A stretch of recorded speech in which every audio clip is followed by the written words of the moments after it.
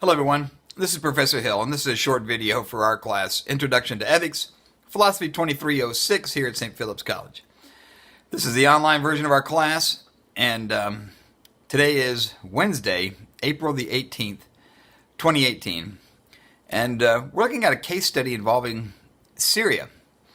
We had been looking at a hypothetical case study last week, week 12, drawn from the movie Eye in the Sky, which is talking about a drone strike and collateral damage estimation. We're looking at this as a part of our focus on international humanitarian law and how it flows out of the Geneva Conventions. Well, and a number of other documents. But still, the point was that taken all together, there's a number of treaties, conventions that countries have willingly signed up and agreed to say, listen, I will play by these rules, I will follow these rules in terms of our conduct during armed conflict. Now, those rules we've been talking about as IHL, International Humanitarian Law. And it turns out that when we got to the bombing this past weekend, the United States, France, United Kingdom sending missiles into Syria in response to chemical gas attacks there by the government on its own people. It raised a number of issues that we were talking about, and so people said, look, let's set aside the fictional case, talk about developing recent events. And I think this makes good sense to have a kind of a practical application. So, we've been talking about IHL, and today, as part of our focus on this, like I said, this developing story, we talked, in my video yesterday, I talked briefly about, this question of, are we at war? And how do we determine that? What are the laws that apply in this case? And I want to also mention today kind of a new, within the past couple of decades, developing concept about humanitarian intervention, which I think is at the root of the justification for the United States and our actions, along with France and the United Kingdom, over the weekend. But I have to introduce this kind of distinction between international humanitarian law, which is also known as jus in bello, with this other concept, which is jus ad bellum. One is international humanitarian law, the rules that apply during armed conflict. The other is this concept about what's the justification? Under what circumstances is it legal in order to go to war? That's a different concept. And so, again, IHL, International Humanitarian Law, the thing we've been talking about, the law, the international law that governs and regulates behavior during armed conflict, that's called jus in bello. This other thing is the body of international law that regulates when it's lawful to become involved in an armed conflict. And that separate concept is jus ad bellum.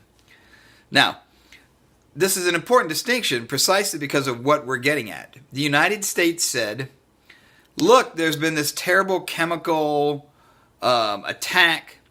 Innocent civilians have been killed by the government. This is clearly a violation of international humanitarian law.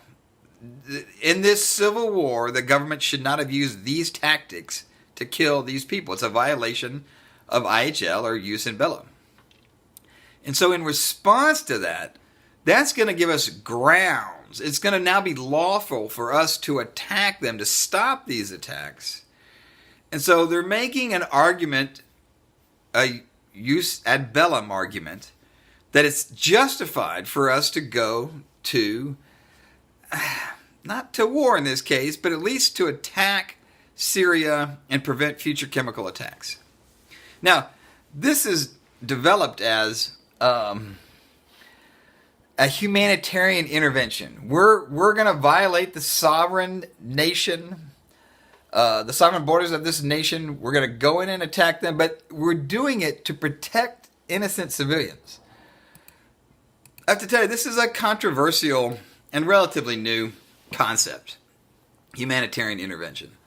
Because normally, countries cannot resort to force merely by reference to kind of what's happened, these objectives that are ongoing.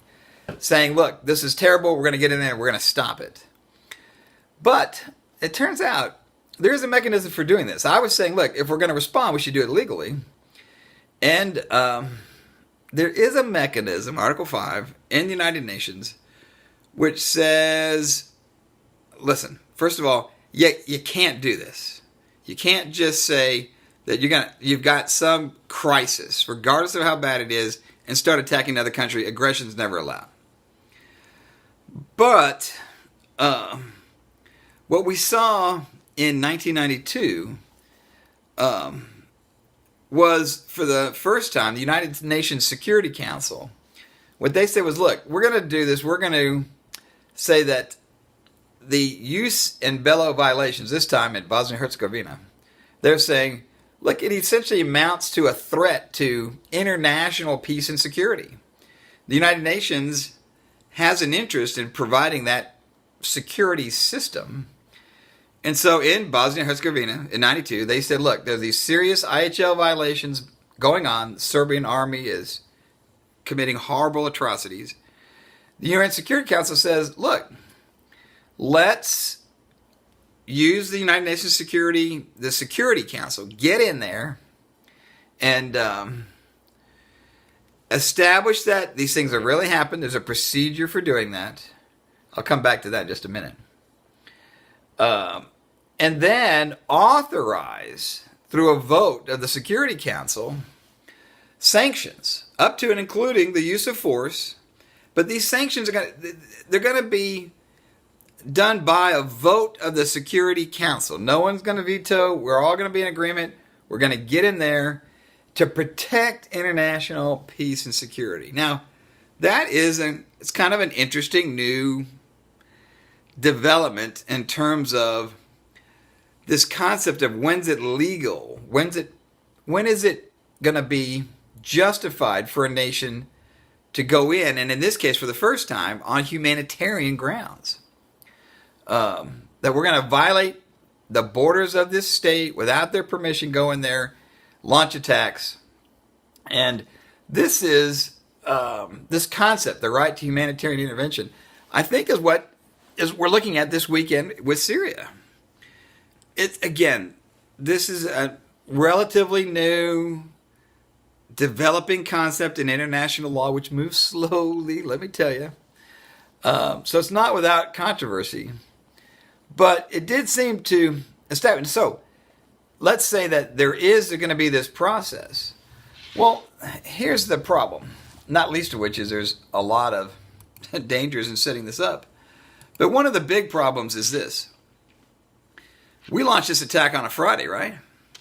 Well, this week, there were scheduled inspectors from this organization called the Organization for the Prohibition of Chemical Weapons, the OPCW.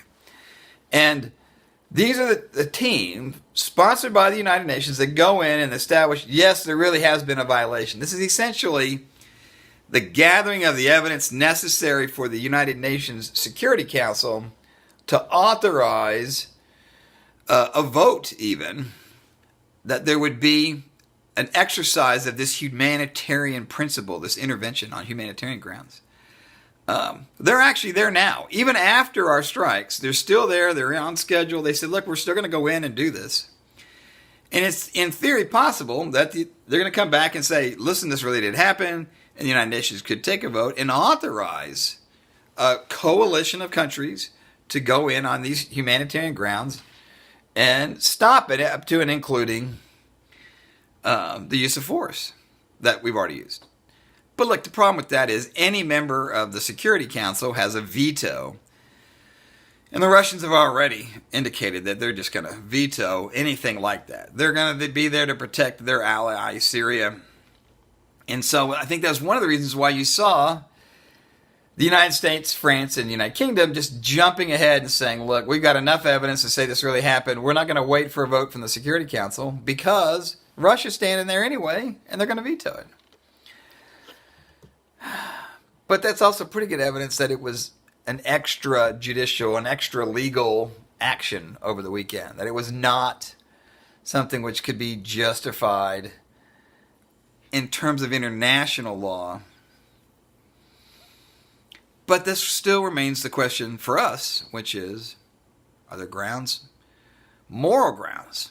Are you comfortable making a decision that this was okay ethically, even if it violated the law? Now listen, we've got a long tradition in this country of civil disobedience, but I might add it's nonviolent civil disobedience. You can't switch to Martin Luther King and then say, Martin Luther King would be happy if I was, launching these missiles into Syria. I'm pretty sure that's a no.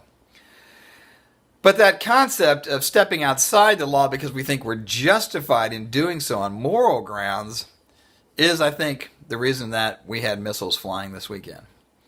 And listen, I got to tell you, if it's your family in Syria that's being attacked and killed by the government in chemical attacks, you might be really happy that this coalition of the United States and France and the United Kingdom has gotten together and is doing this.